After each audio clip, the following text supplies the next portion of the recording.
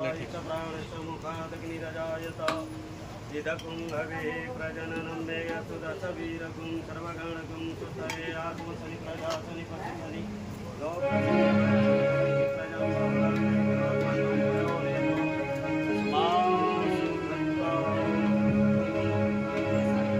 मैं आरती तेरी गाऊं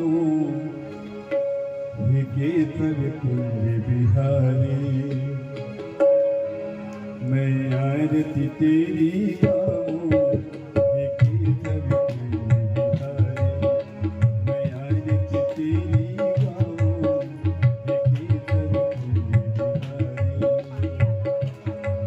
हे कुंज बिहारी।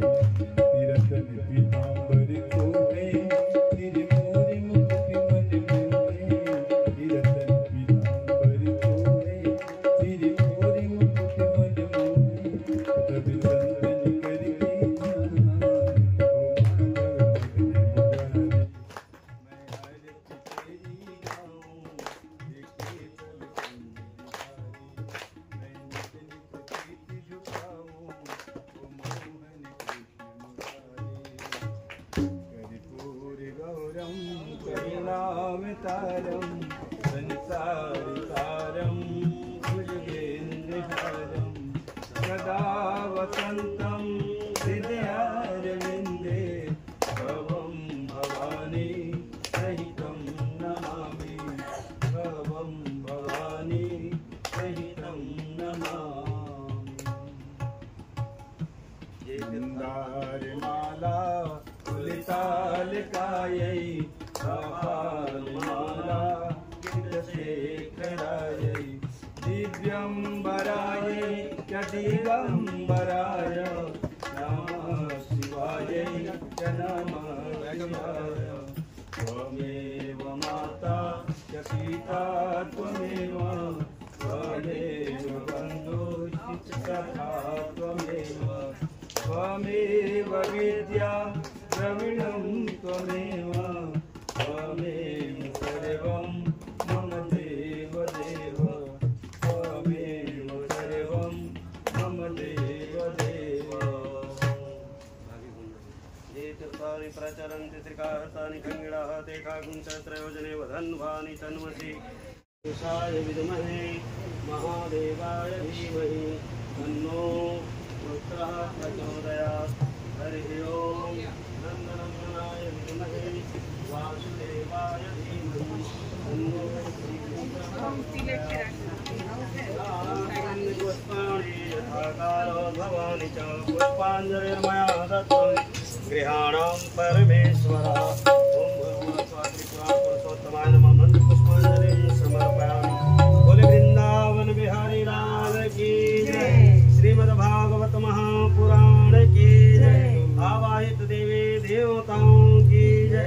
नमः पार्वती पते हर हर महादेव। सभी लोग यहाँ जगह देख करके आप सब लोग अपने अपने लिए जगह सुनिश्चित करके विराजमान हो जाइए और दिव्य कथा का आस्वादन आप सब करें। परम आदरणीय व्यासपति का पदार्पण हो चुका है। दिव्य कथा का आस्वादन आप प्राप्त करें।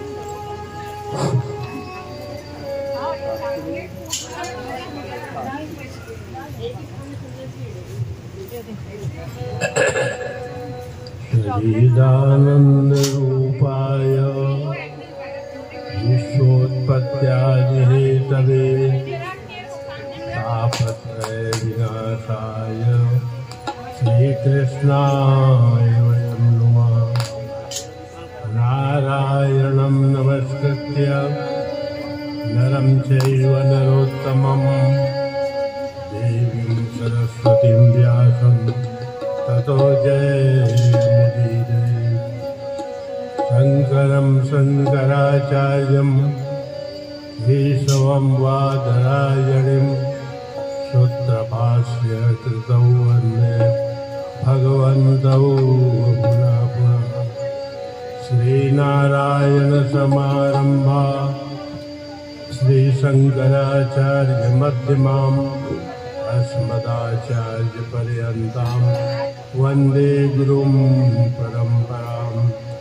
वादतोमीत विश्वेशं धर्ममार्गप्रवर्तकं वन्दे श्रीहरिहरानन्दं करपात्रं जगद्गुरुं करपात्रं जगद्गुरुम्।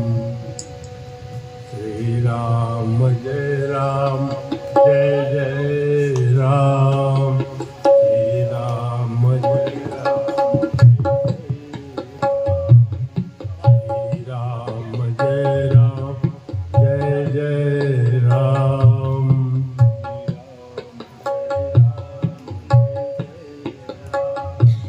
श्री राम जय राम जय जय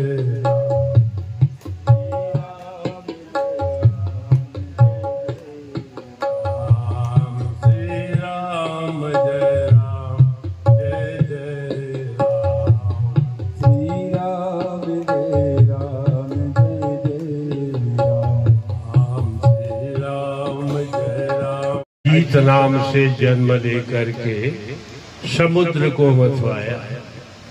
समुद्र को मतवाया, हाँ समुद्र को मतवाया। कैसे मसवाया, मतवाने का कारण क्या था? तो बोले एक समय राजा इंद्र बहुत सारे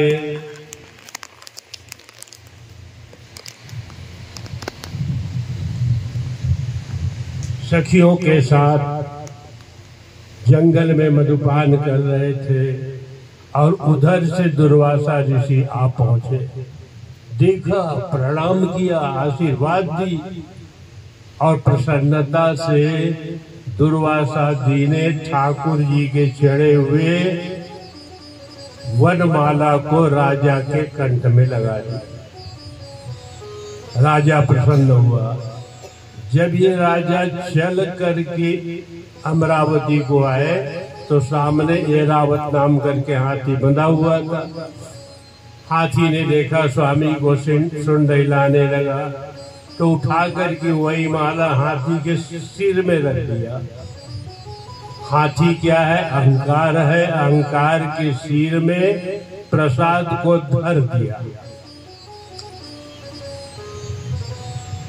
और जहाँ थे दुर्वासा वहीं से श्रापित किया कि अरे राजा, हमने तुम्हें प्रसाद दिया लेकिन उस प्रसाद को अहंकार में धर दिया। जा त्रैलोक संपत्ति से रहित हो जा। राजा बलि बलिष्ठ हो गया, युद्ध करने लगा। उस युद्ध में राजा बलि विजय हुए, राजा इंद्र हार गया। इसी तरीके से एक बार संग्राम नहीं, कई बार संग्राम हुई। अंत में राजा इंद्र सकल देवताओं की बैठक की। उसमें भगवान शिव जी को भी आमंत्रित किया गया।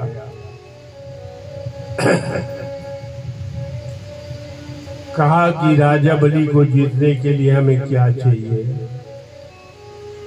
किस युक्ति से जीते जाएंगे। दूसरी बात, हम देवता युद्ध में मारे जाते हैं, ऐसा उद्योग किया जाए कि हम लड़े तो जरूर लेकिन मरे ना। तो भगवान शिव जी ने कहा, तुम लोग तो अमृत की बात करते हो, अमृत के विषय में तो भगवान श्री हरि ही बता सकते हैं कि अमृत कहाँ से मिले, कैसे मिले। तो देवताओं ने कहा चलो चले भगवान जी के बैकुंठ। किसी ने कहा चलो क्षीर सागर। भगवान शिव जी ने कहा कहीं जाने की जरूरत नहीं है, खाली व्यापक है। यदि कीर्तन ध्यान लगाओगे तो भगवान यहीं पर प्रकट हो जाएंगे। तो सभी देवता मिलकर के भगवान श्री हरि का ध्यान किया। अभिक्रियम सत्यम अनंत माध्यम गुहाशयम निष्कलम प्रतर्क्यम।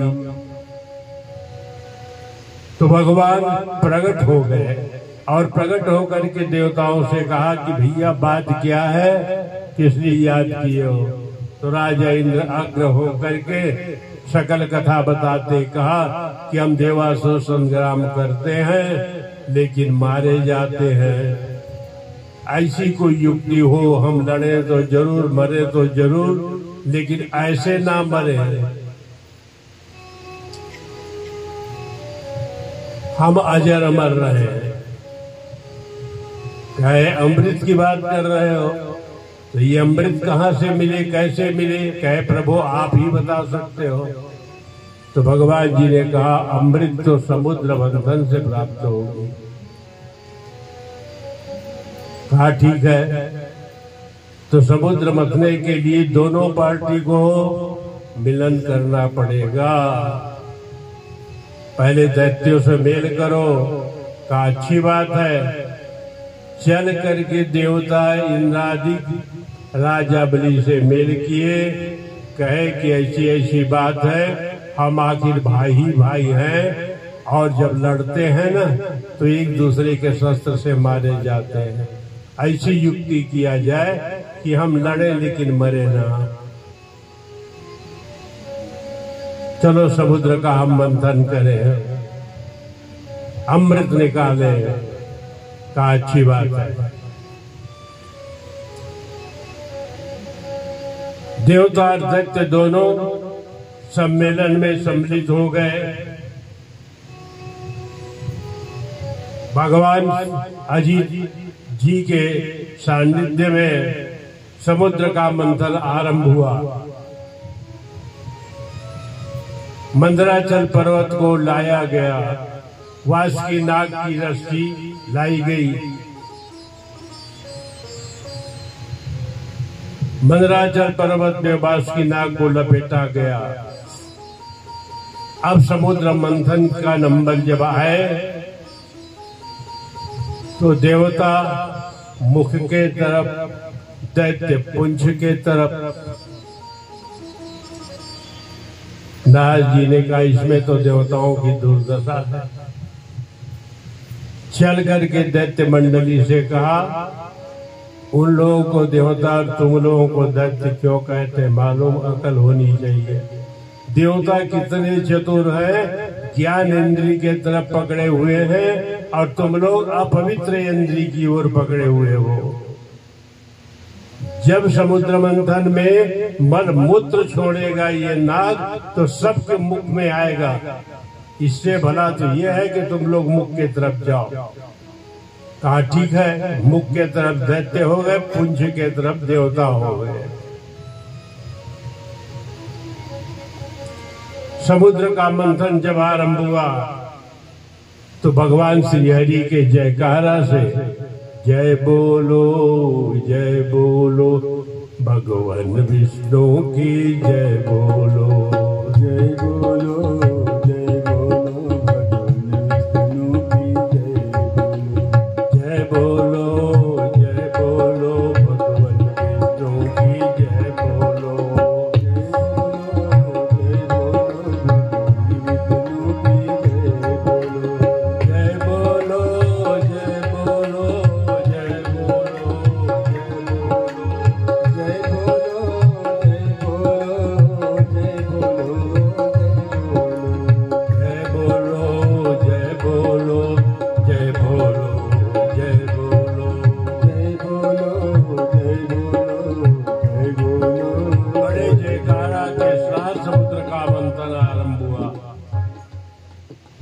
प्रथम समुद्र मंथन में हलाहल नाम करके विष निकला।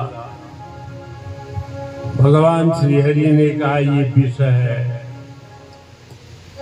इस विष का पान वही कर सकता है जिनमें पूर्ण ज्ञान हो। आए किसी में पूर्ण ज्ञान, किसी में पूर्ण ज्ञान नहीं है। काई से ले जा करके भगवान श्री जी को दे दो। कहना ये विष तो है, लेकिन भगवान जी ने प्रसाद के रूप में भेजा है। देवता और दैत्य दोनों चल करके कैलाश को पहुंचे।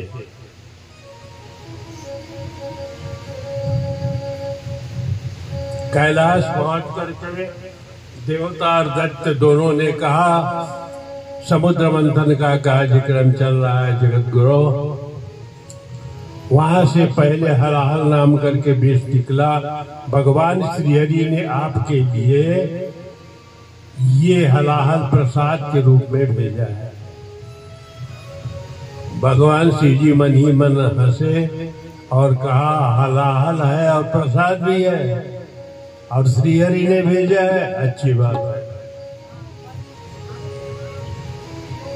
शिव जी ने विचार किया यदि इस हलाहल को यदि मैं पेट में रख लेता हूं तो मेरा ही विनाश है, और यदि मुख में रख लेता हूं तो जगत से मैं छुआ छुआ हो जाऊंगा। तो भला तो यह है कि इनको कंठ में रख लिया जाए। भगवान शिव जी उस हलाहल विष को ना मुख में रखा ना पेट में रखा, कंठ में रख लिए। रा और मां के बीच कोई भी कर्कशा वाणी यदि सामने आए तो राम राम कह दोगे तो विष का असर नहीं होगा। इसलिए भगवान जी ने रा और मां के बीच में कंठ में धारण कर ली, विष का असर नहीं हुआ।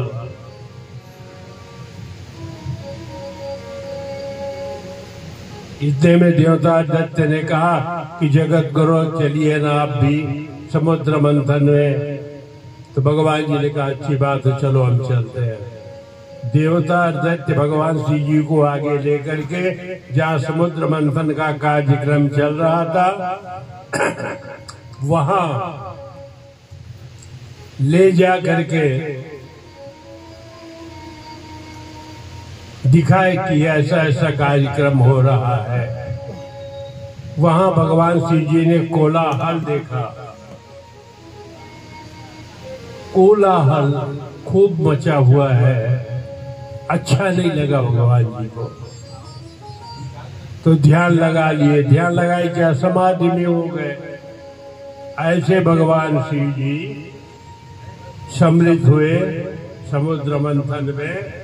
दूसरे क्रम में जब देवताओं ने दैत्यों ने समुद्र का मंथन किया तो कामधेनु नाम करके गैया निकली। ऋषियों ने कहा कामधेनु हमें दे दो। कहा अच्छी बात है, रख लो। कामधेनु गैया श्रद्धा का प्रतीक है। तीसरे नंबर में जब समुद्र का मंथन आरंभ हुआ तो घोड़ा निकले। राजा बलि ने कहा इसे हमें दे दो। घोड़ा कीर्ति का प्रतीक है। चौथे नंबर में ऐरावत नाम करके हाथी निकला। राजा इंद्र ने कहा ये हाथी हमको दे दो। हाथी सूक्ष्म दृष्टि का प्रतीक है। सूक्ष्म दृष्टि वाले प्राणी ही भगवान को प्राप्त होते हैं। पांचवी नंबर में मणि निकले।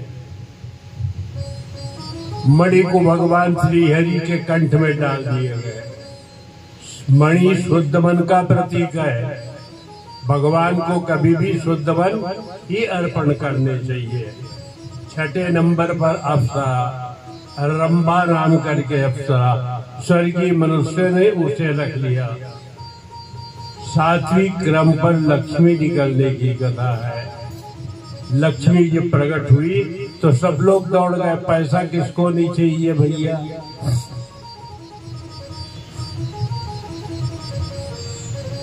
लक्ष्मी जी ने कहा, मैं सबको प्राप्त नहीं होती,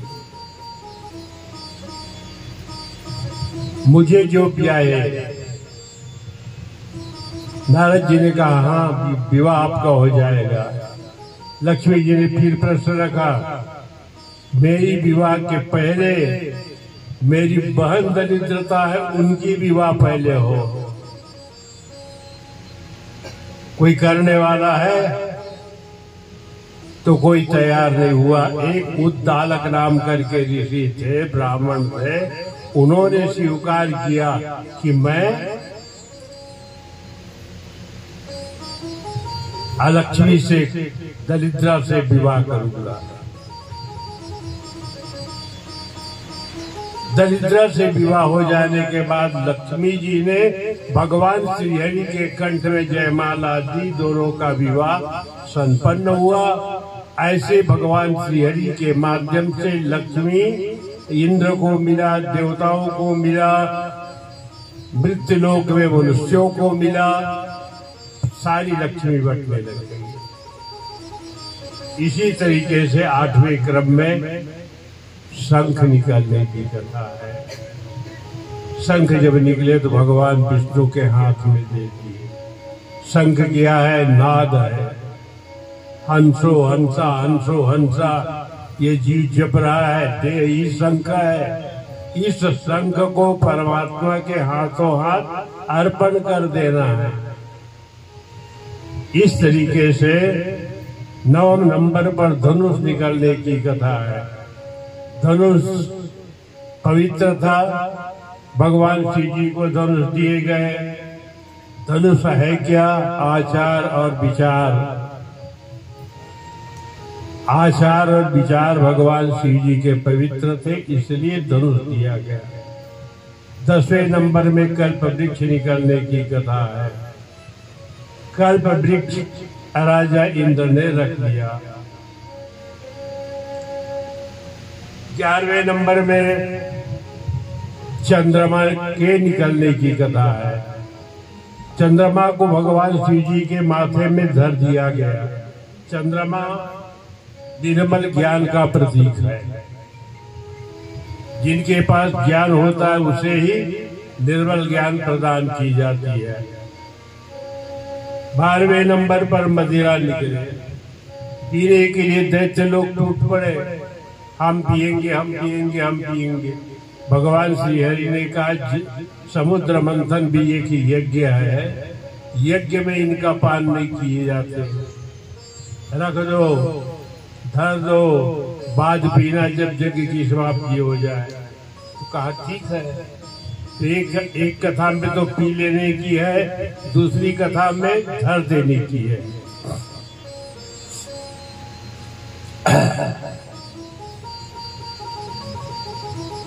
दैत्य लोग उस मदिरा को धर दिए। 13वीं नंबर में भगवान धन्वंतरी के निकलने की कथा है। अमृत का घट लेकर के भगवान धन्वंतरी प्रकट हुए, तो अमृत के लिए देवता और दैत्य दोनों लड़ने लग गए। निर्णय नहीं हो पाया। देवताओं के हाथ से दैत्यों ने घट छीन करके धर लिया, बलि के पास पहुंचा दिया। फिर बलि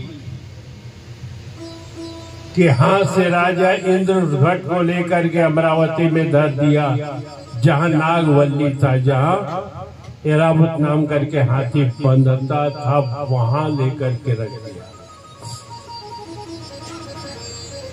ऐसी लड़ाई चली। तो घट रख देने से बहुकाल लड़ाई थी, एक दिन का न 2 दिन का। तो अमृत घट जहां रखा हुआ था उसी के बगल से एक नार निकला, नार जिनमें चौड़े चौड़े पत्ते, खूब नार ऊपर चढ़ा, नागवल्ली के ऊपर चढ़ा। नागवल्ली यानी हाथी बांधने के खंबे को नागवल्ली कहा जाता है, उसमें चढ़ा। देवताओं ने देखा, एक पत्ता तोड़े और खाए तो इतना सुगंध, इतना स्वादिष्ट कि देवता खाते रहे खाते रहे खाते रहे। नागवल्ली देवता खाने लग गए। एक दिन धन्वंतरी भगवान जी पहुंचे। राजा इंद्र से कहा, पान ऐसे नहीं खाए जाते। चूना लगाया, कत्था लगाया, लौंग इलायची डाला और कहा अब खाओ पान। जब राजा इंद्र ने ऐसी पान खाया तो मस्त हो गया। फिर देवता लोग वैसे ही कत्था चूना डाल करके पान खाने लग गए।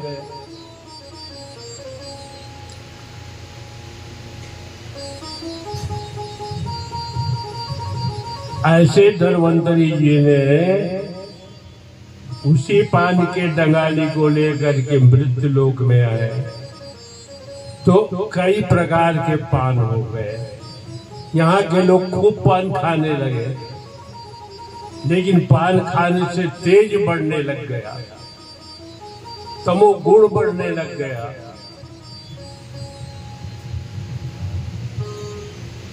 लोग पूजा पाठ जप ध्यान सब बंद कर दिए। तब देवता विकल होकर के ब्रह्मा जी से कहा कि भगवान इस समय सब लोग पान खा करके व्याकुल हो रहे हैं, क्या किया जाए, कैसे किया जाए। का अच्छी बात है, देखेंगे। ब्रह्मा जी युक्ति करके प्रयागराज में आए और एक महायज्ञ की रचना की। उस यज्ञ में दलिद्रा परिवार सहित पहुंचे। कहा भगवान, हम ब्राह्मणों के यहाँ बहुकाल रहते हुए एकादशी, द्वादशी, त्रयोदशी के व्रत में थक गए हैं। हाँ, हमारा पेट भरता नहीं है, हमको भी पूर्ण पेट भरे, युक्ति बताइए। तो ब्रह्मा जी ने कहा एक काम करो, तुम परिवार सहित पान में निवास करो।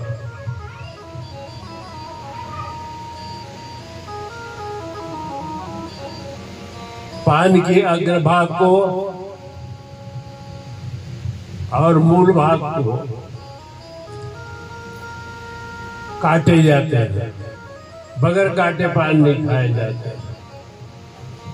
कैंची से काट करके पान खाया जाता है।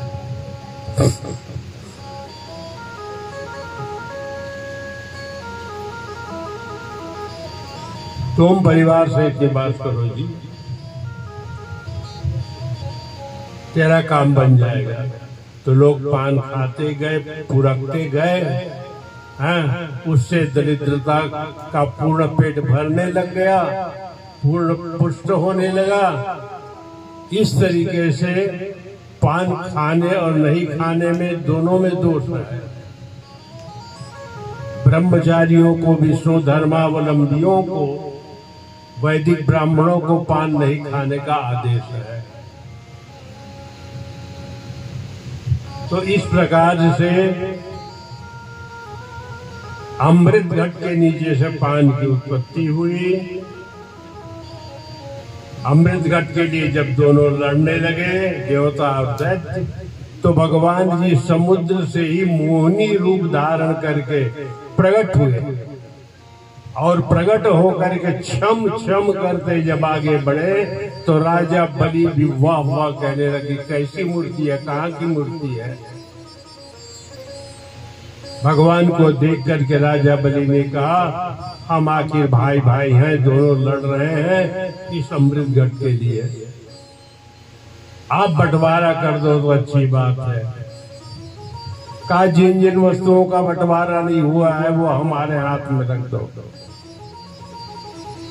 तो अमृत का और मदिरा का बंटवारा नहीं हुआ था, तो एक ही हाथ में मदिरा और अमृत का घट ले लिए। भगवान जी ने दैत्यों से कहा पहले तुम लोग अमृत पियोगे।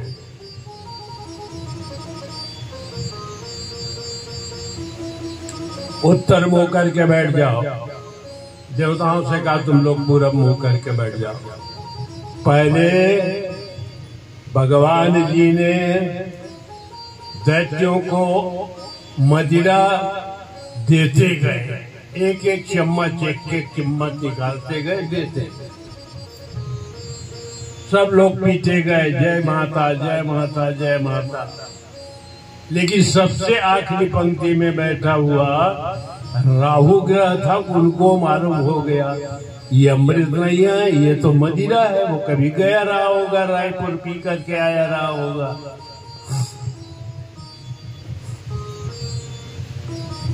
वो वहां से उठे, चुपके से आकर के देवता की पंक्ति में बैठ गए।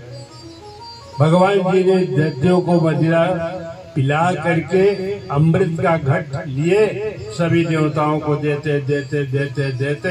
राहु नाम करके दैत्य भी ब्राह्मण के रूप में बैठा था, उनके हाथ में भी दिए, तो मुख में आकर के लगा था अमृत।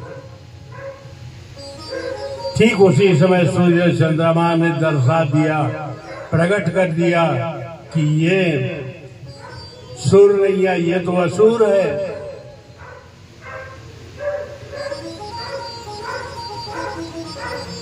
प्रकट हुआ राहु है, तो भगवान जी ने सुदर्शन चक्र उठाया, सुदर्शन चक्र उठा करके उनका सिर धड़ अलग कर दिया।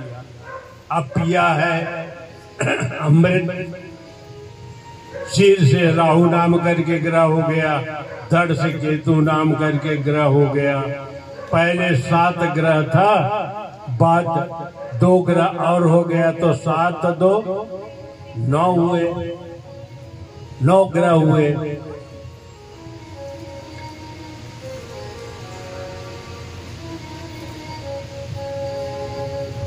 और 10वें ग्रह कौन होते हैं? दामाद लोग होते हैं।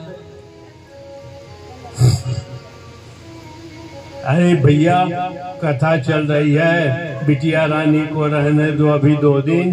नहीं नहीं हमको चलने हैं। तो मैं कहता हूँ कि ये 10वां ग्रह है। तो इस प्रकार से अमृत पान करने के बाद देवताओं के बीच और दैत्यों के बीच फिर देवासुर नाम करके संग्राम हुआ। देवासुर जब संग्राम हुआ तो राजा इंद्र ने बलि का वध कर दिया, लेकिन वह गुरुदेव शुक्राचार्य जी अपनी संजीवनी मंत्र से उसे पुनः जीवित कर दिया और जीवित करके उसे पुनः गद्दी में बिठा दिया।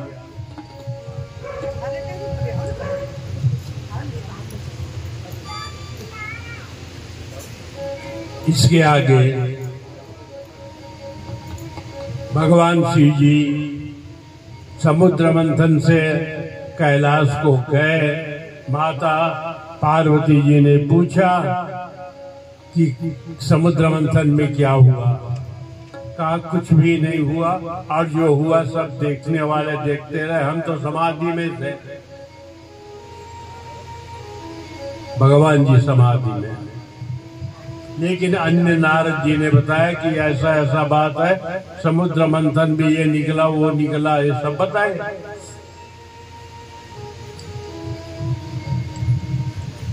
भगवान जी के विश्वमोहिनी स्वरूप के विषय में भी बताया। भगवान जी दैत्यों को मदिरा पिलाने के लिए विश्वमोहिनी स्वरूप का दर्शन, तो भगवान शंकर जी को विश्वास नहीं हुआ। मेरे पिता कभी स्त्री नहीं बनते, वो सदा पिता ही पिता हैं। नारद जी ने कहा नहीं, वो पिता भी है और माता भी है। आप पढ़ते नहीं है, त्वमेव माता से पिता त्वमेव, वही माता है वही पिता है, उसमें भिन्नता नहीं है।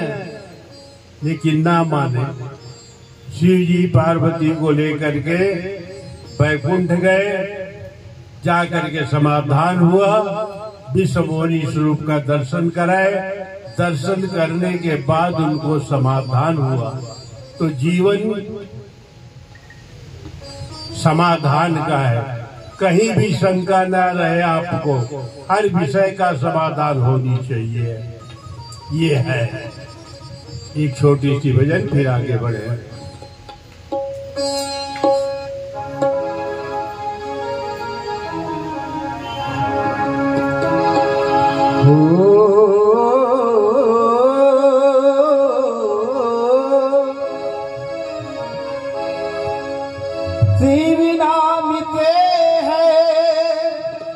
जगत में उजाला, हरि भक्तों के है मन में शिवाला।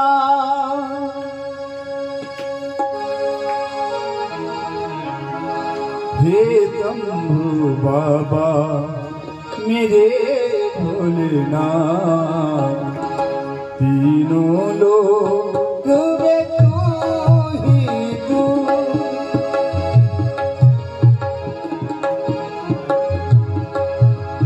हे शंभू बाबा मेरे भोलेनाथ, तीनों लोग में तू ही तू। श्रद्धा मन मेरा मन बेलपति, श्रद्धा मन मेरा मन बेलपति, जीवन भी अर्पण कर दूं। हे शंभू बाबा मेरे भोलेनाथ, तीनों लोग में तू ही तू।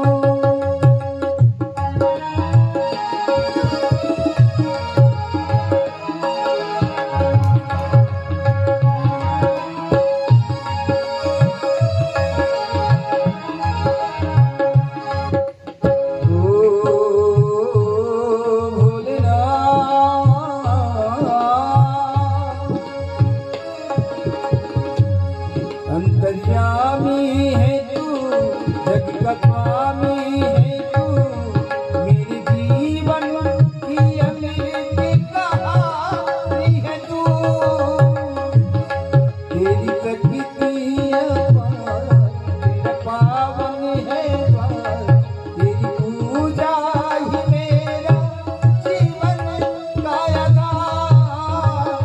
तूने दिया बल निर्बल को, अज्ञानी को ज्ञान दिया। हे शंभू बाबा मेरे भोलेनाथ, तीनों लोग में तू ही तू। मन में है कामना कुछ हरि जानना, जिंदगी भर करूं तेरी आराधना। सुख की पहचान दे अब मुझे ज्ञान दे, तेरी पूजा करूं तेरा वरदान दे। धूल तेरे चरणों की लेकर जीवन को साकार किया। हे शंभू बाबा मेरे भोलेनाथ, तीनों लोग में तू ही तू। तू ही तू, तू ही तू,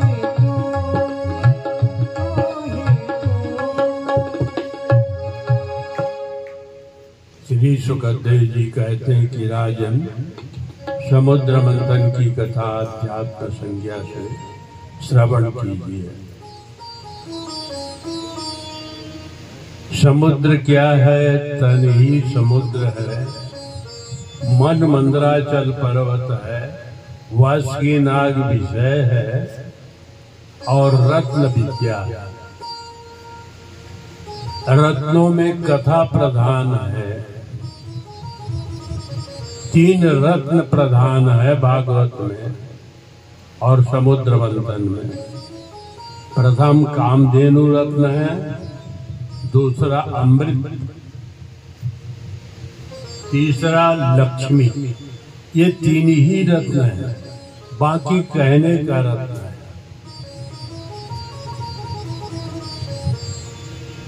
अमृत ही कथा है, कथा ही अमृत है। यस्य पीतस्य वै जंतु, जिसके पान कर लेने से जीव अमृत को प्राप्त हो जाता है। जैसे राजा परीक्षित ने अमृत पिया, कथा रूपी अमृत पिया, ना कि देवताओं का अमृत पिया, वो अमर हो गया। धुंधकारी ने कथा रूपी अमृत पिपा का पान किया, अमर हो गया। वैसे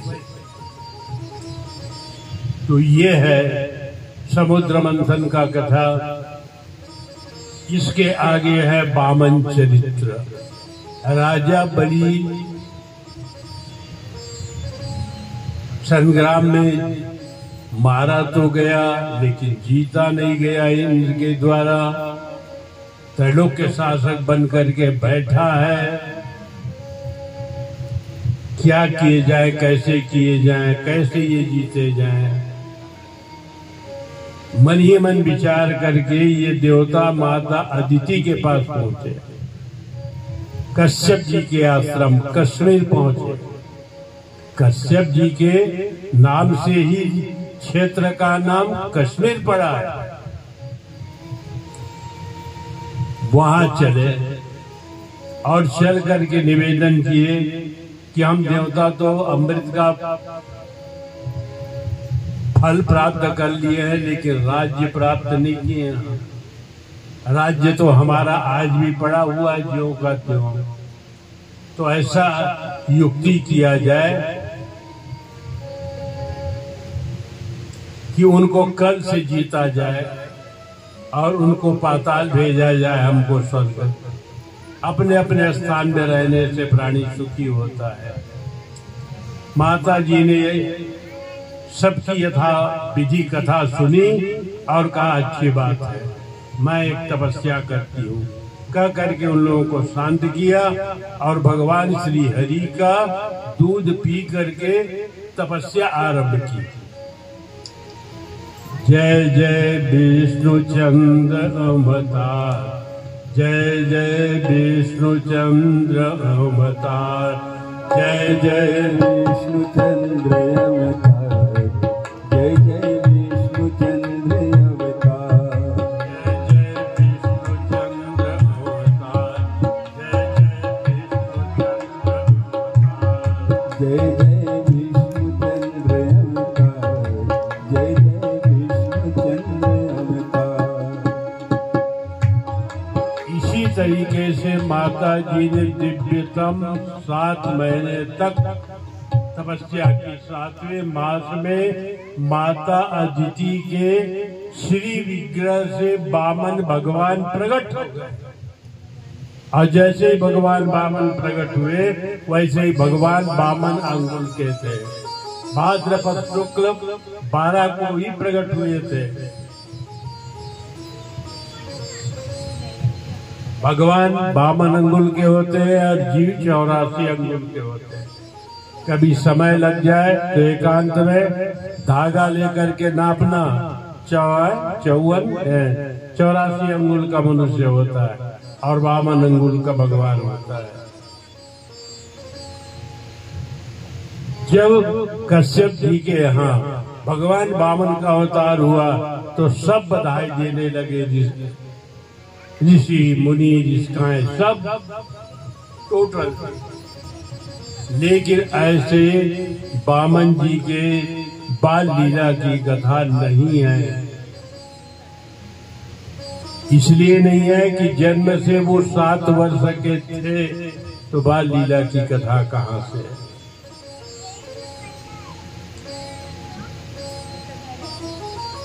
कश्यप जी ने 7 वर्ष के भगवान वामन को देख करके जनेऊ दिया।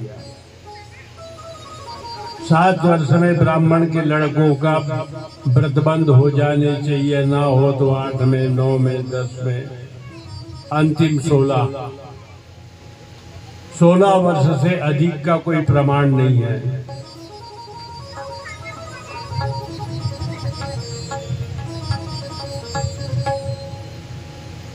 तो जनेऊ दिया कश्यप जी ने, जनेऊ में भिक्षा पात्र दिए कुबेर जी ने, और भिक्षा देने के लिए आई साक्षात भगवती उमा जी। इस तरीके से अपनी इच्छा अनुकूल सब लोगों ने भिक्षा दी, और भिक्षा देने के बाद भिक्षा जो होता है वो गुरुजनों का होता है। गुरुजनों के लिए भिक्षा सामने धर दी। तो गुरुजन थे बृहस्पति जी। कहा बेटा इतने बड़े घराने में दक्षिणा बहुत कम हो रहा है, तो कहे गुरुजी बोलो ना, हम व्यवस्था करेंगे। यानी एक बहाना की। गुरु लोभी नहीं थे।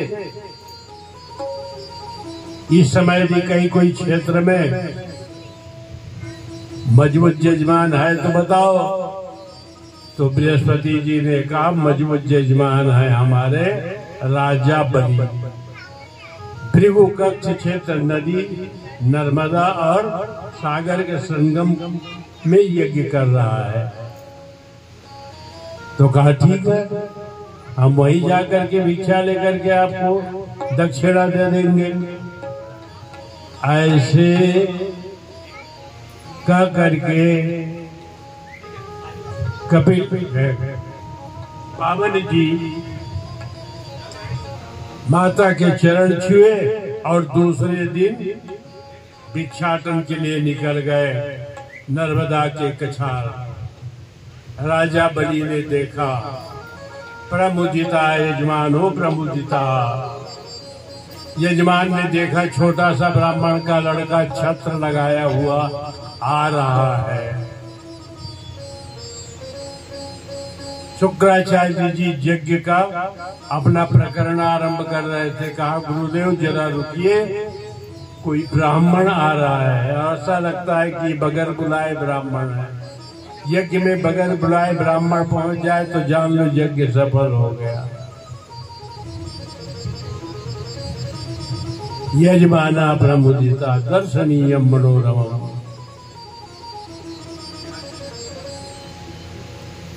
दौड़ करके राजा रानी अगवानी की पीछे सब दौड़ पड़े। सेवक लोग दौड़ पड़े, सिपाही लोग दौड़ पड़े, परिवार के लोग दौड़ पड़े, और ऐसे बामन जी का अगवानी करके लाए आसन में, शिविर में, चरणों में पूजा की। और चरणों में पूजा करके कहा कहो ब्राह्मण ने देव क्या इच्छा है आपका, आपका आगमन कैसे हुआ है। तो बड़े भोलेपन पर बामन जी ने कहा राजन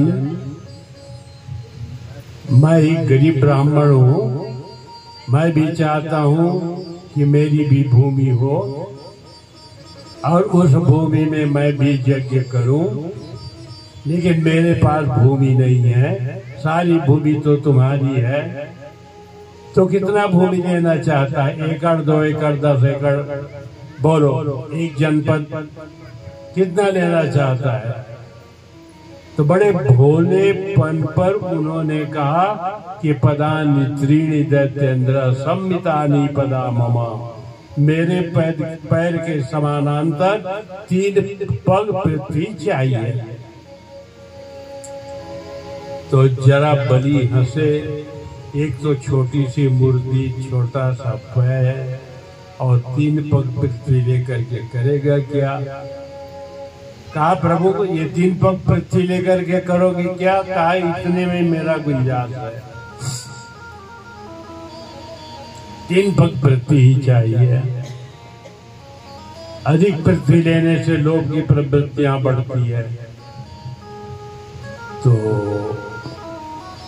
राजा बलि ने कहा ये दान लेने नहीं आया है, बल्कि उपदेश भी देने आया है। ब्राह्मण लोग भी नहीं है। जरा सोचा और कहा आपने मांगा और हमने दे दिया, मैं दे चुका, मैं दे चुका, मैं दे चुका, मैं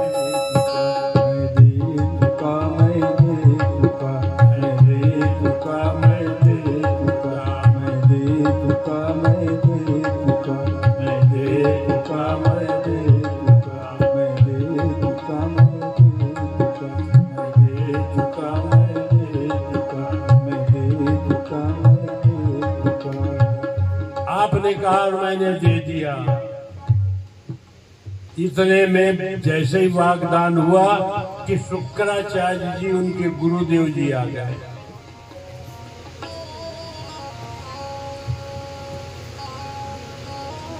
गुरुदेव ने कहा, मालूम है राजा बलि, ये जो आया है ब्राह्मण, ये है कौन? ये सब वैरोचने साक्षात भगवान विष्णु रव्यया, ये साक्षात भगवान विष्णु हैं, देवताओं के कार्य बनाने के लिए आया है, कुछ मगे तो देना मत। राजा बलि ने कहा, गुरुदेव पहले ही आपने क्यों नहीं बताया? उन्होंने मांगा और मैंने दे दिया। क्या दिया? 3 पग प्रति। कह जाओ ठगे जाओगे। अब कैसो भी हो भाई, उन्होंने मांगा और मैंने दे दिया। नाराज हुए गुरुदेव जी, वापस चले। बाणासुर मिला, कहा तेरे पिता एक आया है ब्राह्मण, उनसे ठगा जा रहा है, 3 पग प्रति, तीनों लोगों को नापेगा, तुम लोगों के पास कुछ भी नहीं रहेगा, जरा संभल करके रहो। ये अच्छी बात नहीं है। पिता को समझाओ। तो बाणासुर जी चल करके पिताजी से लड़ने लग गए। अरे आया है ब्राह्मण, वो अपनी इच्छा अनुसार मांग रहा है और आप दे रहे हो। हम अपनी इच्छा अनुसार देंगे, उनके इच्छा अनुसार नहीं देंगे। पुत्र और पिता में विवाद सामने आ गया। तो पिता ने उठा करके पुत्र को श्रापित कर दिया, जा तू पत्थर हो जा। तो बाणासुर ने कहा, भगवान मेरा उद्धार कब होगा? फिर कहे जब हनुमान जी लंका को जाएंगे ना, तब तुम्हारा उद्धार होगा। जब हनुमान जी लंका को गए तो जेहि गिरि चरण दे हनुमंता, जेहि गिरि चरण दे हनुमंता, सो पाताल चली गयउ तुरंता, सो पाताल गयउ तुरंता। यही बाणासुर का उद्धार हुआ है। तो पुत्र और पिता में इस तरीके से विवाद आया, स्थापित किया। लेकिन राजा बलि माने ना। बाद शुक्राचार्य को ज्ञान हुआ। फिर शुक्राचार्य जी आकर के संकल्प का मंत्र बोलने लगे, हरि ओम विष्णु विष्णु ओम नमः परमात्मा ने पढ़ने लग गया। 3 पग पृथ्वी का दान संकल्प किया।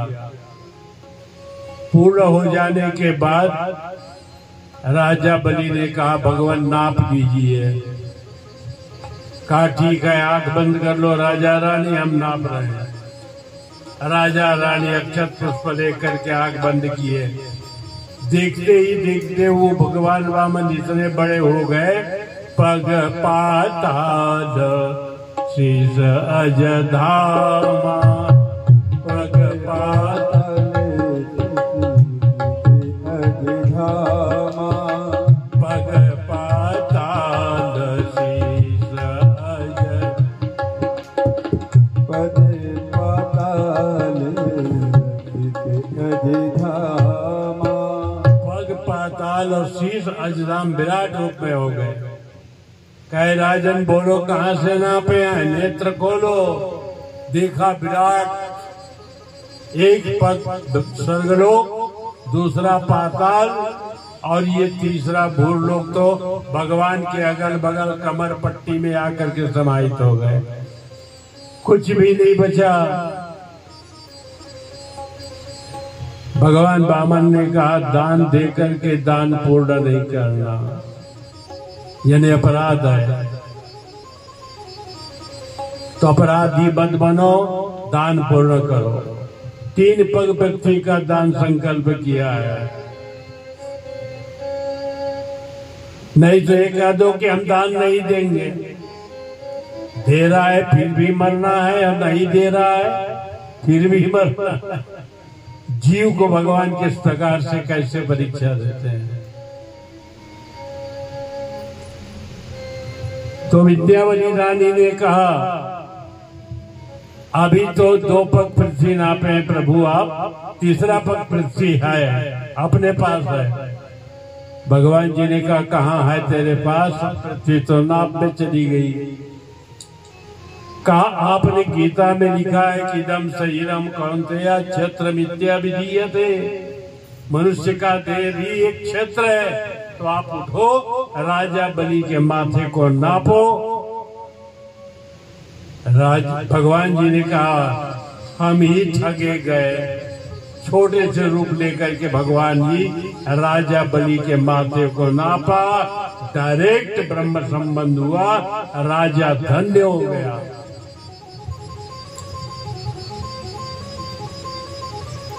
विराट में थे प्रभु बहुत छोटे, यथावत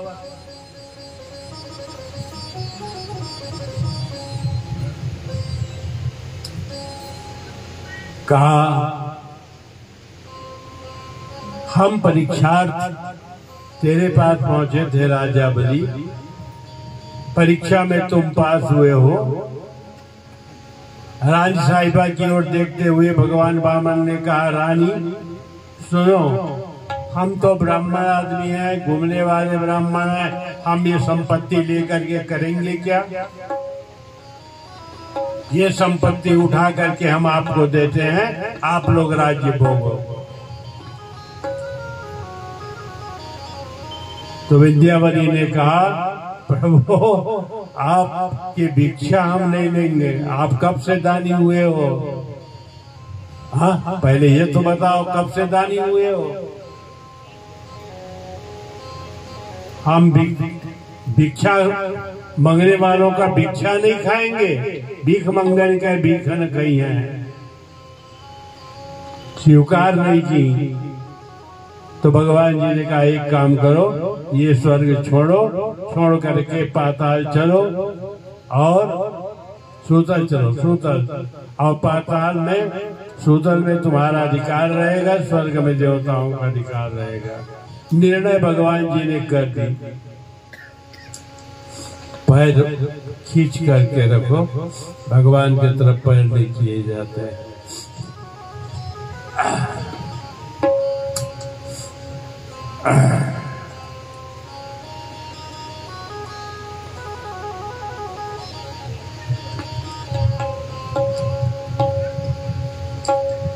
तो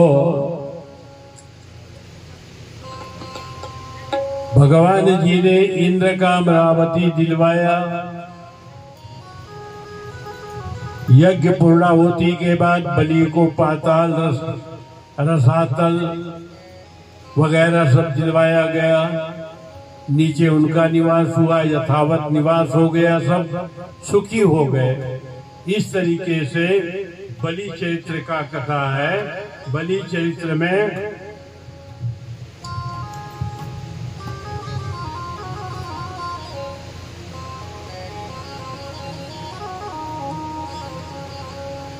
बलि जीव है,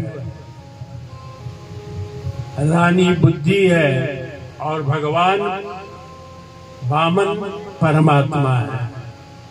3 पद पृथ्वी, सतोगुण, रजोगुण और तमोगुण है। इन्हीं गुणों को उठा करके भगवान में चढ़ा देना ही पृथ्वी का दान कर देना है।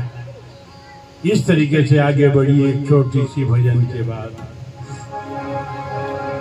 सजा दो घड़ी को गुलशन का, सजा दो घड़ी को गुलशन का, मेरे सरकार आए।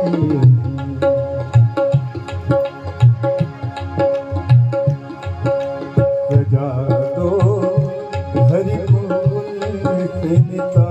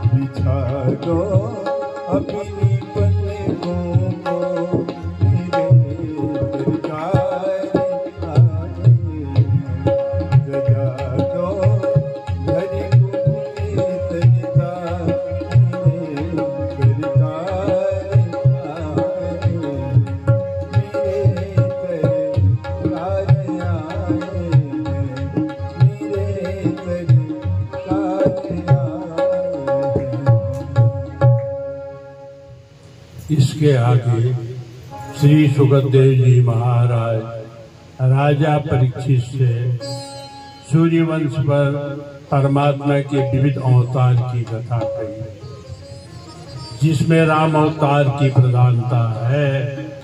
राम मर्यादा पुरुषोत्तम, श्री कृष्ण पुष्टि पुरुषोत्तम है। रामलीला सुनने के लिए रामचरितमानस ही सबसे अच्छी है। 7 श्लोकों में वंदना है। वर्णा राम अर्थ संगा राम रसा नाम छंद सामती। बाद वंदना का कार्यक्रम है, संत महिमा है, हरि नाम की महिमा है, भरद्वाज संवाद है, शिव सती चरित्र है, पार्वती जन्म की कथा है, विवाह की कथा है, उनकी जिज्ञासा, नारद रावण का जन्म है, बाद राम जन्म का कथा है। पहले रावण जन्म की कथा कही गई है, बाद राम जन्म की कथा। जय जय श्री रामचंद्र अवध के दुलारे, जय जय श्री रामचंद्र अवध के दुलारे, जय जय श्री रामचंद्र अवध के दुलारे, जय जय श्री रामचंद्र अवध के दुलारे। अवध में आनंद भयो, रघुवर लाल की, अवध में आनंद भयो, रघुवर लाल की। जय जय श्री रामचंद्र, जय जय श्री रामचंद्र अवध के दुलारे। भगवान जी का जन्म हुआ, बाल लीला की कथा कही गई है। कबहू छंग कबहू बर पलना, कबहू छंग कबहू बर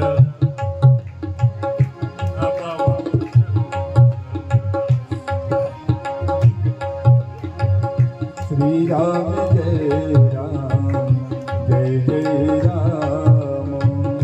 कबहू छंग कबहू बर पलना, श्री राम जय राम जय जय राम। मात दुलारी कई प्रिय ललना, श्री राम जय राम जय जय राम। विवाह बाल लीला के बाद विवाह की कथा। विवाह के लिए विश्वामित्र जी आए। विश्वामित्र के यज्ञ रक्षा करके विश्वामित्र जी राम और लक्ष्मण को कहाँ ले चले? जनकपुरी ले चले। जनकपुरी में वहाँ धनुष भगवान जी ने तोड़ा। माता सीता के साथ विवाह का कार्यक्रम संपन्न हुआ। विवाह संपन्न हो जाने के बाद भगवान अयोध्या जी को आए। दशरथ की अभिलाषा है कि मैं राम जी को राज्याभिषेक कर दूं। कहता तो है लेकिन करता नहीं है। हर साल यही बात, हर साल यही बात। एक दिन गुरुदेव जी भगवान के पास गए। कहा, गुरुदेव मैं चाहता हूं कि राम जी का अभिषेक कर दो। कर दो, क्या रखा है? कब करूं? अरे कल कर दो। मुहूर्त देखने की जरूरत, क्या मुहूर्त देखने की जरूरत है? हर साल यही बोलते आता है। राम जी के लिए मुहूर्त की आवश्यकता नहीं है।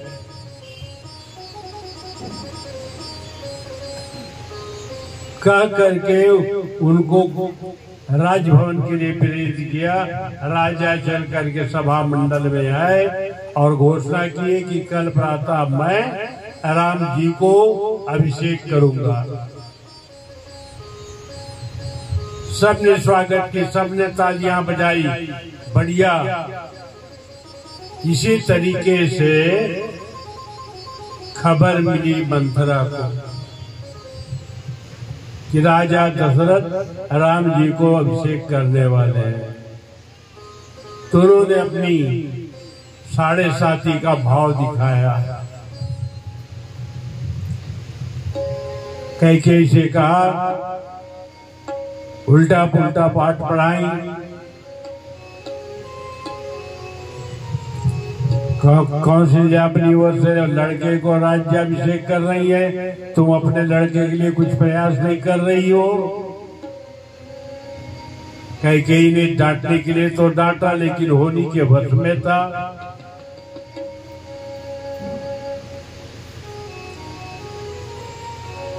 बहुत कुछ भी बोली, लेकिन 7.5 के कारण से वह भी चक्र में आ गई। और चक्र में आकर के वो सीधे कहाँ चली गई? कोप भवन को चली गई। राजा दशरथ शाम समय में राजभवन को अपना संदेश बता करके जब कैकेयी के भवन को आए, तो कैकेयी भवन के पास में क्या कैकेयी दिखाई नहीं दी, ना ही मंथरा दिखाई दी। जब आगे बढ़े तो कोप भवन के सामने मंथरा श्रृंगार की हुई बैठी हैं। दूसरों का श्रृंगार उतार करके जो श्रृंगार करे, वही लोग राम राज्य आने नहीं देते हैं।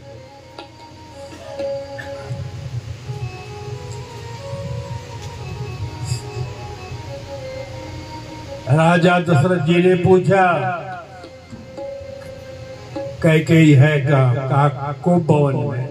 कैसे? मैं कुछ जानती नहीं। राजा अंदर चले गए।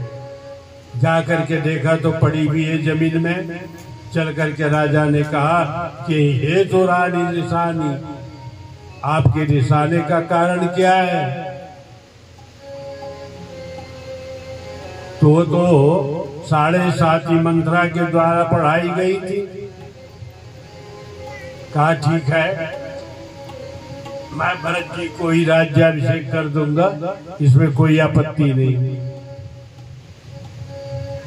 मैं राम जी को वनवास कर दूंगा, इसमें कोई दो मत नहीं, लेकिन तुम तो तैयार रहो। दशरथ और कैकेयी के बीच की लड़ाई। कैकेयी ये सोच रही थी कि दशरथ जी राम जी को राजा बना करके अयोध्या में स्थापित कर देंगे। लेकिन राम के विषय में मुझे मालूम है कि राम है कौन। दशरथ जी से वही बात कहा, तुम्हें मालूम नहीं है कि राम है कौन, और मुझे मालूम है कि राम है कौन। जब राम जी का प्रागट्य हुआ तो उस समय माता कौशल्या गा रही थी, भय प्रगट कृपाला दीन दयाला, कौशल्या हितकारी हर्षित महतारी मुनिमय, हरि अद्भुत रूप निहारी, ब्रह्मांड निकाया निर्मित माया। ये वो परमात्मा है। यदि राम जी को राजा बना करके धर दोगे तो केवल तेरे राम को अयोध्या के ही लोग जानेंगे, बाकी लोग नहीं। इनको उठाओ और दिग्विजय के लिए भेज दो। आपको राज्य भार सा लग रहा है तो भरत जी को बिठा दो। बस विवाद का कारण यही था, 7.5 का कारण यही था।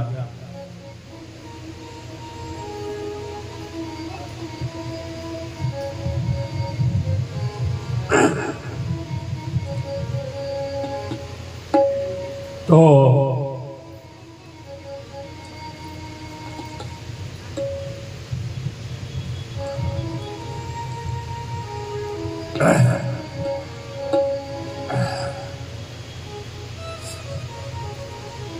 राजा दशरथ जी ने कहा ठीक है, हम ऐसे ही कर देंगे, कोई आपत्ति नहीं है। हम राम जी को वनवास भेज देंगे, भरत जी को राज्य दे देंगे। किया वैसे ही।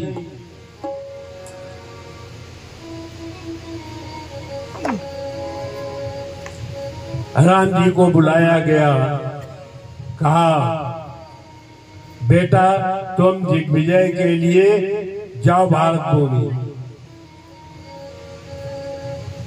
पिता को राज्य भार सा लग रहा है, राज्य भार सा ना लगे इनको, भरत जी को राज्याभिषेक कर देना है, लेकिन तुम जाओ दिग्विजय के लिए। कहा अच्छी बात है। चल करके माता कौशल्या के भवन में पहुंचे। माता कौशल्या को बातें की जानकारी मिल गई थी थोड़ी बहुत। राम जी ने स्पष्ट बताया कि हमको वनवास हो रहा है। कहा अच्छी बात है, कोई आपत्ति नहीं, जहां राम तहां अवध है। सीता जी को पता लगे, वो चल करके आई। कहा प्रभु हमको भी साथ रख लो। कहा अच्छी बात है। समाचार लक्ष्मण जब पाए, लक्ष्मण जी ने कहा हमें भी साथ रख लो। ये तीनों मूर्ति माता पिता से आज्ञा लेकर के वनवास के लिए चले। बहुत लंबी चौड़ी कथा है, कितनी कथा को कहाँ तक से कैसे कहा जाए। ऐसे राम जी चलते चलते गंगा किनारे पहुंचे।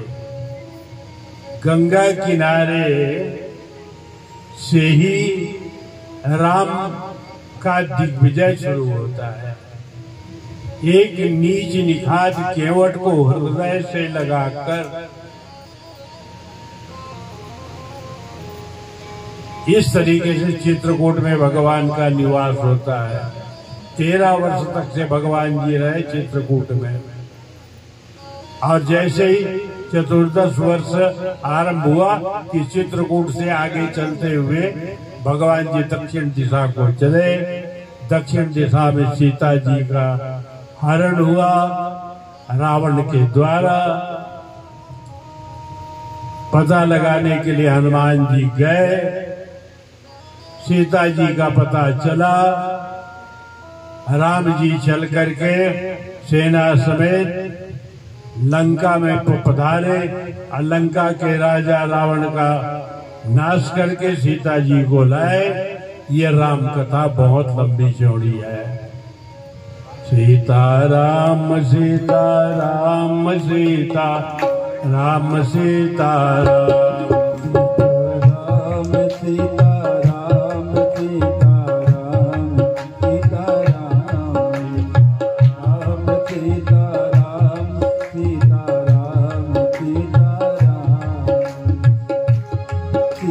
राम सीता राम सीता राम सीता राम सीता राम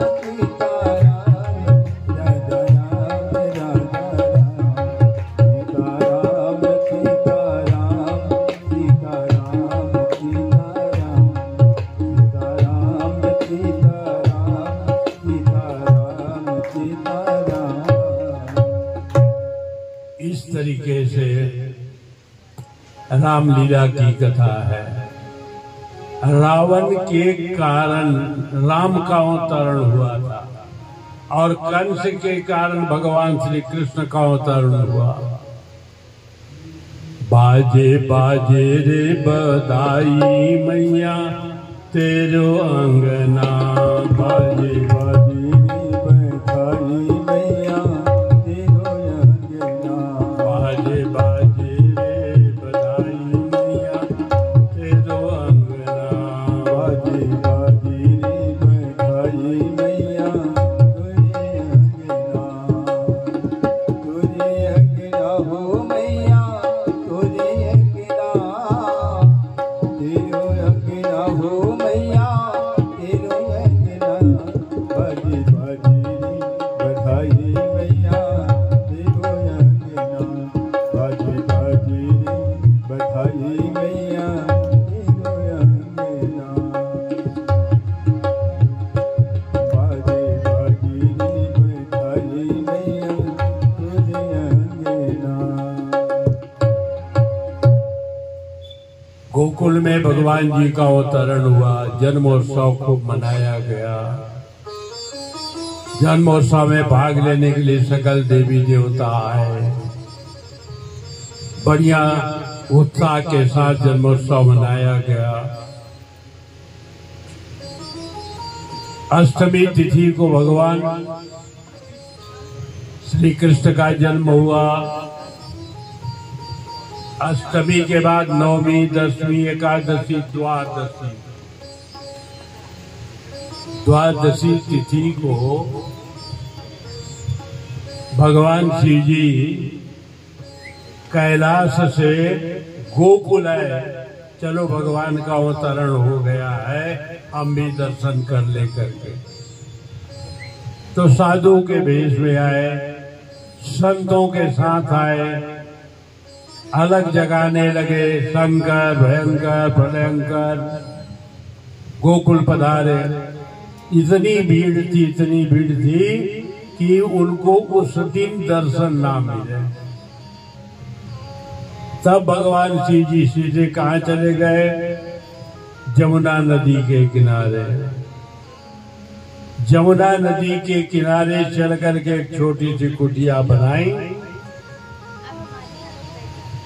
और छोटी सी कुटिया बना करके बड़ा बोर्ड सजा दिया,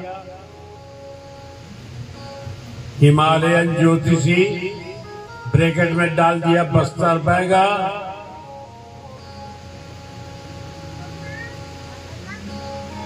और बैठ गया।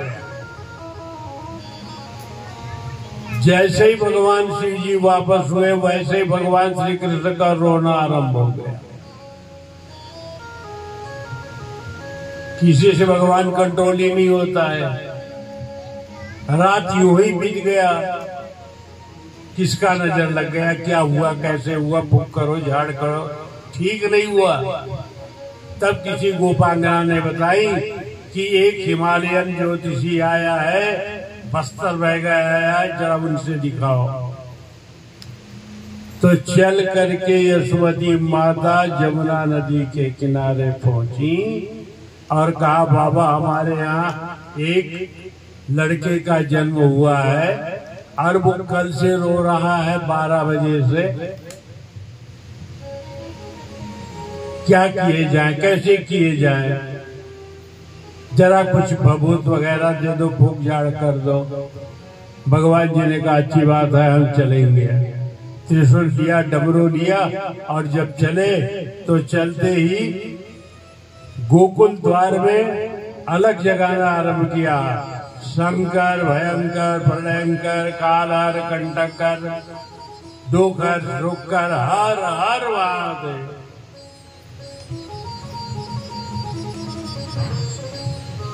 तो भगवान का उधर रोना बंद हो गया। अलग जगाने मात्र से पीछे करके भगवान जी आए। माता यशोमती ने भगवान श्री कृष्ण को शिव जी के गोदी में दिए। दोनों प्रसन्न, जीव और शिव का मिलन कितना सुंदर होता है।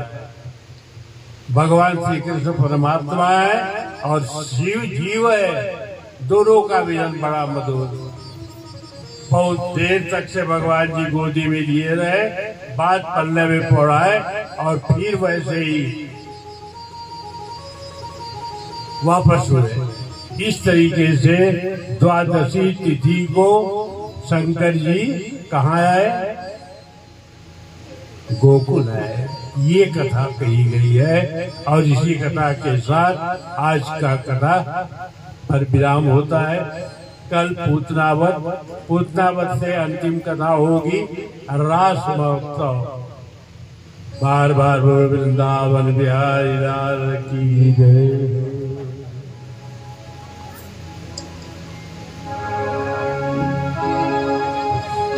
हे आनंदी उमंगी भयो, जय हो नंदलाल की। हे आनंदी उमंगी भयो, जय हो नंदलाल की। हे आनंदी उमंगी भयो, जय हो नंदलाल की। नंद घरा नंद भयो, जय हो नंदलाल की। एक में आनंद भयो, जय यशोदालाल की। जय हो नंदलाल की, जय यशोदालाल की। जय हो नंदलाल की, जय यशोदालाल की। एक में आनंद भयो, जय नंदलाल की। लगाइए, ताली लगाइए।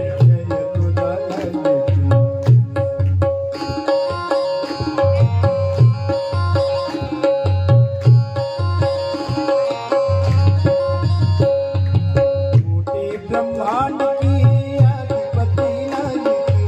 कोटि ब्रह्मांड की अधिपति लाल की। हाथी घोड़ा पाल की, एक कन्हैया लाल की। हाथी घोड़ा पाल की, एक कन्हैया लाल की। एक हुए करा में आई, जय हो पशुपाल की। गोकुल में आनंद भयो, एक कन्हैया लाल की।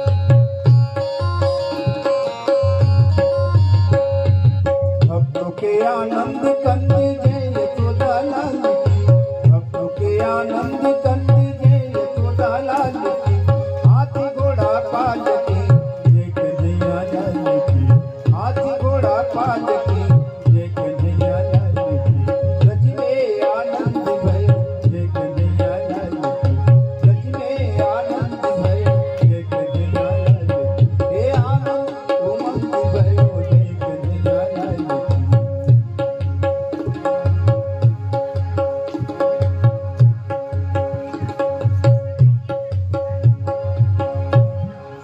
जुगी जुगी जिए तोरी लालाए, मदन गोपालाए वो बहिनी, तोरी घर बेटो आदिराजे, सोहरे शुभ हो वो बहिनी, तोरी घर बेटो आदिराजे, सोहरे शुभ हो।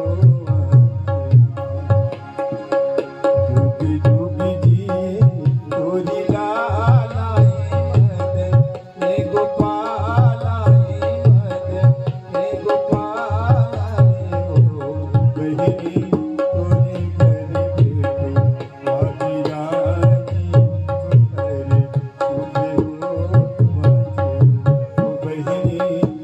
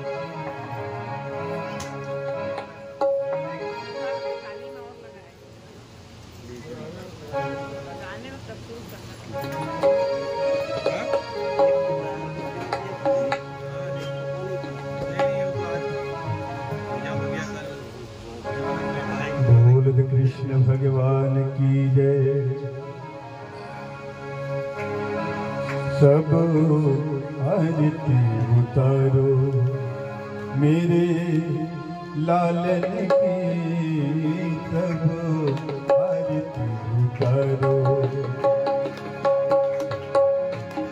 सब आरती उतारो मेरे लालन की, सब आरती उतारो,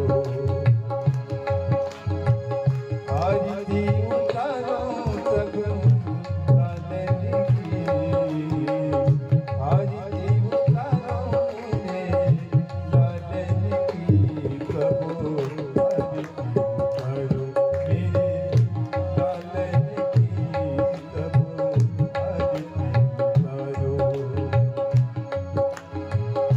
माधो यशोमती करते आरती, माधो यशोमती करते आरती, बारी बारी छवि रूपिणी आरती, बारी बारी छवि रूपिणी आरती, गिरिधरी लाल को लालन की, गिरिधरी लाल को लालन की, सब आरती उतारो मेरे लालन की, सब आरती उतारो, कंदे निकंदन जय जगवंदन, कंदे निकंदन जय जगवंदन, कोटि कोटि प्रभु तुमको वंदन, कोटि कोटि प्रभु तुमको वंदन, ऋषि कृपालु दयालन की, ऋषि कृपालु दयालन की, सब आरती उतारो मेरे लालन की, सब आरती उतारो, रजी जन मिली सब मंगल गावते, रजी जन मिली सब मंगल गावते, दर्शन करे भले अति जन सावते, दर्शन करे भले अति जन सावते, छवि निखरती नंद लालन की, छवि निखरती नंद लालन की, सब आरती उतारो मेरे लालन की, सब आरती उतारो, मोरी मुकुटी पीतांबर ताजे, मोरी मुकुटी पीतांबर ताजे, देख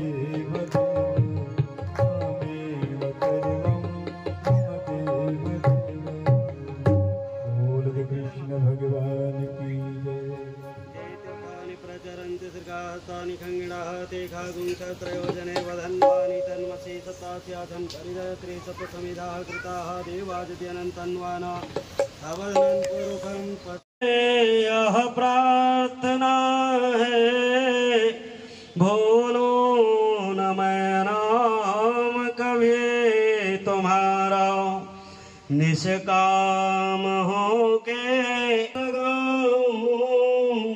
गोविंद दामोदर माधवेति गोविंद दामोदर माधवेति नाना सुगंध पुष्पाणि यथा कालोद्भवानि च पुष्पांजलिर्मया दत्तं गृहाणां परमेश्वरः।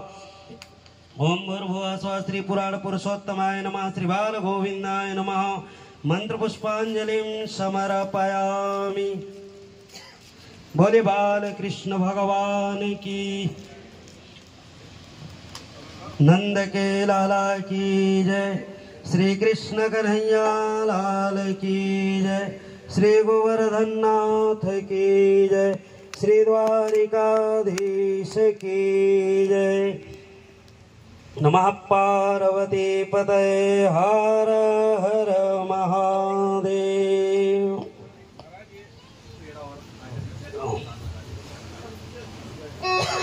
कल की कथा में भी आप बड़ी सुंदर कथा श्रवण पान करेंगे।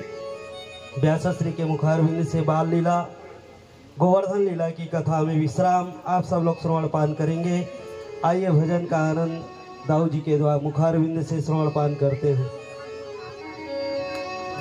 अच्युतं केशवं राम नारायणं कृष्ण दामोदरं वासुदेवं हरे। अच्युतं केशवं